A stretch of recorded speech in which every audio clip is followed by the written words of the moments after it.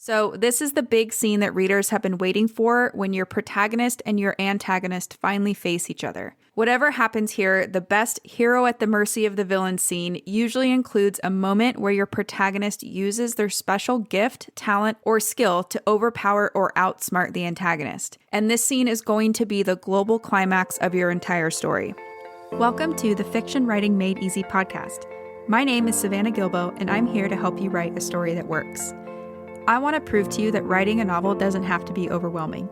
So each week, I'll bring you a brand new episode with simple, actionable, and step-by-step strategies that you can implement in your writing right away. So whether you're brand new to writing or more of a seasoned author looking to improve your craft, this podcast is for you.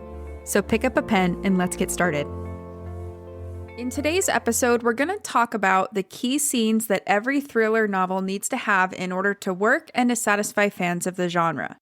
I'm also going to show you how these key scenes show up in the movie Gone Girl. So if you're writing a thriller, this episode is for you. And if not, don't worry because I will cover each of the other genres soon. Now, before we dive in, let's quickly talk about what makes a thriller or what makes the thriller genre unique. Thrillers are popular fiction for a reason. They combine all the criminality and suspense of a good detective novel with the danger and life and death stakes from the action and horror genres. The protagonist in a thriller novel is usually tasked with preventing a future crime. So usually there's already been at least one crime committed, and now the protagonist has to stop future crimes from happening. Readers choose thriller novels because they want to experience the thrill of trying to outsmart and stop the villain before he or she commits more crimes, all from the comfort of their couch. They want to see someone who's more or less ordinary go up against a master villain and come out the other side. And like all genre fiction, you have to deliver the emotional experience that your readers are looking for in order for your story to work. To deliver this emotional experience, you need to include the obligatory scenes and conventions of your genre in your novel. So as I mentioned earlier, today we're going to look at the obligatory scenes of the thriller genre. And in case you've never heard this term before, obligatory scenes are the events, decisions, and discoveries that move the protagonist along his or her journey from A to Z. They help us writers write a story that works and evoke emotional reactions in our readers.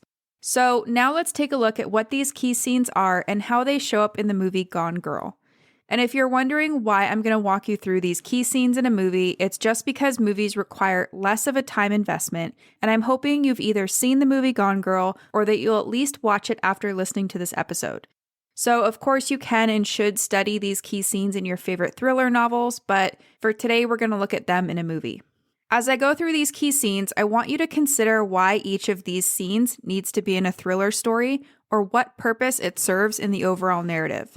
I think you'll notice that each of these key scenes has a very specific role in taking the protagonist on a journey from start to finish. And because of that, you can use these key scenes to help you craft an outline or a first draft of a story that works. As a freebie for this episode, I created a cheat sheet that lists out each of these key scenes for the thriller genre. You can download that by going to savannahgilbo.com/thriller. And just a reminder, if you want to see how these key scenes show up in a few other stories, you can check out the blog post that goes along with this episode that also includes examples from Misery and The Silence of the Lambs. I'll make sure to link to that blog post in the show notes for you, but for now, let's dive into the 6 key scenes that every thriller novel needs to have using examples from the movie Gone Girl. The first scene you'll want to include in your story is a scene where a crime is discovered. So this could either be your protagonist discovering the crime on their own, or it could be that the crime has already been discovered, but your protagonist is hearing about it for the first time. And what's important here is that the crime isn't just any crime. It's a crime that's indicative of a master villain. So a villain or an antagonist who is either really talented or really smart or someone who's just done this before. And this scene is almost always going to be the global inciting incident of your story. So in the movie Gone Girl, this is when Nick comes home to find that his wife, Amy, has gone missing. When he walks into his living room, he sees overturned furniture, which causes him to believe that Amy might have been kidnapped or maybe even murdered. So this is the first key scene in that movie, the discovery of the crime scene. The second key scene you'll want to include is a scene in which the stakes become personal for your protagonist. So whatever happens here, you want it to be super clear that there's now something personal at stake for your protagonist. So in other words, they now have something personal to lose or gain, and winning or losing this thing is dependent on stopping the antagonist from committing another crime. So the stakes are now personal for your protagonist, and because of that, your protagonist is committed to stopping the antagonist. This scene normally occurs around the end of Act 1, cementing your protagonist's way forward into Act 2. So in the movie Gone Girl, Amy makes things personal for Nick when she leaves him a scavenger hunt for their anniversary. Both the police and Nick have seen the first clue, but Nick is motivated to figure out the rest of the clues before the police do. And of course, we know that he has a leg up on the police because all of the clues are personal to Nick and Amy's relationship. Eventually, we learn that Amy orchestrated all of this because she's getting back at Nick for cheating on her. So yeah, the whole thing is pretty personal, and Nick is committed to finding out the truth. And that's key scene number 2 in this movie, a scene in which the stakes become personal and the protagonist commits to stopping the antagonist. The third scene you'll want to include in your thriller is a scene in which the protagonist discovers what the antagonist wants and why. So this is the MacGuffin, or the thing that your antagonist wants. And when the protagonist discovers what this MacGuffin is and why the antagonist wants it, this realization usually helps them move from a reactive state to more of a proactive one. In other words, they go from being on the offense instead of constantly being on the defense.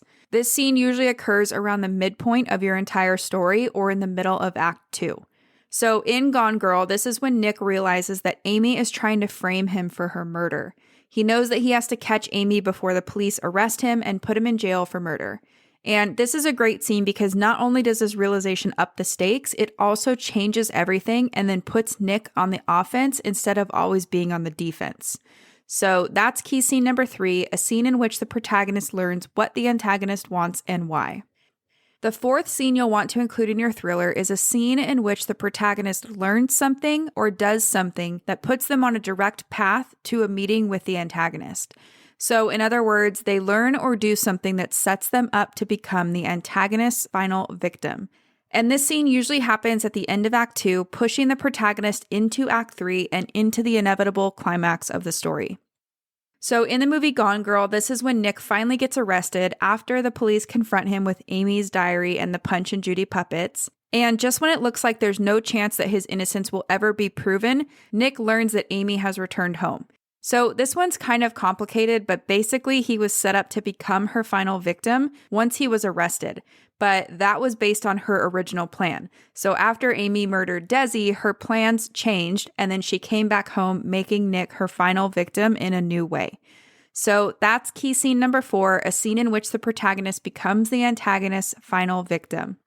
The fifth key scene you'll want to include in your thriller is a scene in which the protagonist is at the mercy of the antagonist. So this is the big scene that readers have been waiting for when your protagonist and your antagonist finally face each other. Whatever happens here, the best hero at the mercy of the villain scene usually includes a moment where your protagonist uses their special gift, talent, or skill to overpower or outsmart the antagonist. And this scene is going to be the global climax of your entire story. So in the movie Gone Girl, this is when Nick confronts Amy about everything she's done. Amy tells Nick that she's pregnant and uses this as a way to get him to stay with her.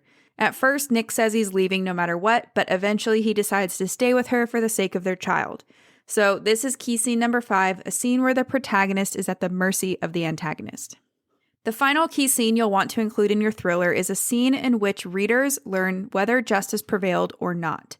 So this is a scene where you'll show readers whether or not the antagonist got away with their crime. In the movie Gone Girl, we learn that justice has definitely failed. So Amy doesn't face any consequences for her crimes because no one knows the truth about them except for Nick. And that's key scene number 6, a scene in which readers learn whether or not the antagonist has been brought to justice. And those are the 6 key scenes you need to include in your thriller in order for it to work and to satisfy fans of the genre. Now, you might be thinking that all of this sounds a bit obvious, but you'd be really surprised how many drafts I see that are missing these key moments. And sometimes it's not even that the drafts are missing these key moments, but instead these moments are downplayed or they're glossed over, and that's just doing the reader a disservice. So, like we talked about earlier, these are the key scenes readers come to thrillers for, so you really do want to include them in your story in some kind of impactful and meaningful way. So let's quickly recap what those 6 key scenes of the thriller genre are. Key scene number 1 is a scene in which the crime is discovered or when your protagonist first learns about the crime.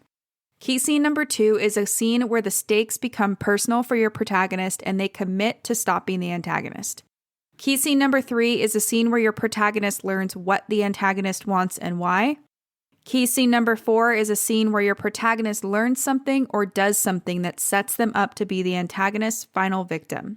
Key scene number 5 is a scene where your protagonist is at the mercy of the antagonist. And finally, key scene number 6 is a scene where readers learn whether justice has prevailed or not. As a freebie for this episode, I created a cheat sheet that lists out each of these key scenes for the thriller genre. You can download that by going to savannahgilbo.com/thriller. And one final thing I'll say is that these 6 key scenes can be used to map out your story, whether you're writing a contemporary thriller, a historical thriller, a thriller that takes place in a made-up world. I mean, you could even use them to map out a thriller subplot in your story too. So use these key scenes to help you construct your story and then figure out how to deliver them in new and unexpected ways. If you can do that, you're not only going to write a story that works, but you're probably going to gain fans for life too. So that's it for today's show. As always, I want to thank you so much for tuning in and showing your support. If you want to check out any of the links I mentioned in this episode, you can find them over at savannahgilbo.com/podcast. And if you haven't done so already, make sure you subscribe to the show because there's going to be another brand new episode coming out next week. If you're an Apple user, I'd really appreciate it if you took a few seconds to leave a quick rating and review. Your ratings and reviews tell iTunes that this is a podcast that's worth listening to. And in turn, that helps this show get in front of more fiction writers just like you. So that's it for today's show. I'll be back next week with a brand new episode. Until then, happy writing.